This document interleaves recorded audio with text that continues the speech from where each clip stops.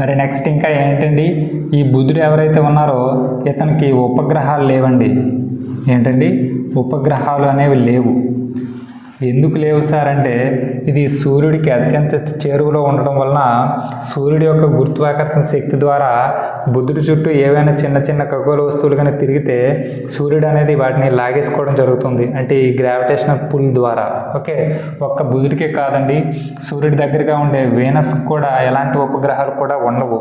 ఈ రెండే ఎందుకు సార్, ఈ రెండే పాపం చేసాయి, వీటికి కూడా ఉపగ్రహాలు కదా ఉండొచ్చు కదా అంటే, చూడండి, సూర్యుడి యొక్క గురుత్వాకర్షణ శక్తి అనేది ఏదైతే ఉందో దాని ద్వారా వీటి చుట్టూ కూడా ఎలాంటి చిన్న చిన్న ఖగోళ వస్తువులు తిరిగినా వాటిని లాగేసుకోవడం జరుగుతుంది.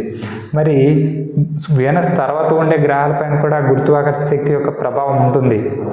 కానీ ఆ ప్రభావం అనేది ఆ గ్రహాలు సూర్యుడి చుట్టూ వాటి యొక్క అక్షం పైన పరిభ్రమించడానికి మాత్రమే సరిపోతుందన్నమాట. అంతేకాని ఈ వీనస్ తర్వాత ఉండే గ్రహాల చుట్టూ తిరిగే చిన్న చిన్న ఖగోళ వస్తువును లాగేసుకునేంత ఎఫెక్ట్ అనేది వాటిపైన పడదు. ఓకే, అది మెయిన్ రీజన్. అందుకే ఈ రెండింటికి కూడా ఉపగ్రహాలు అనేవి ఉండవు. ఓకే.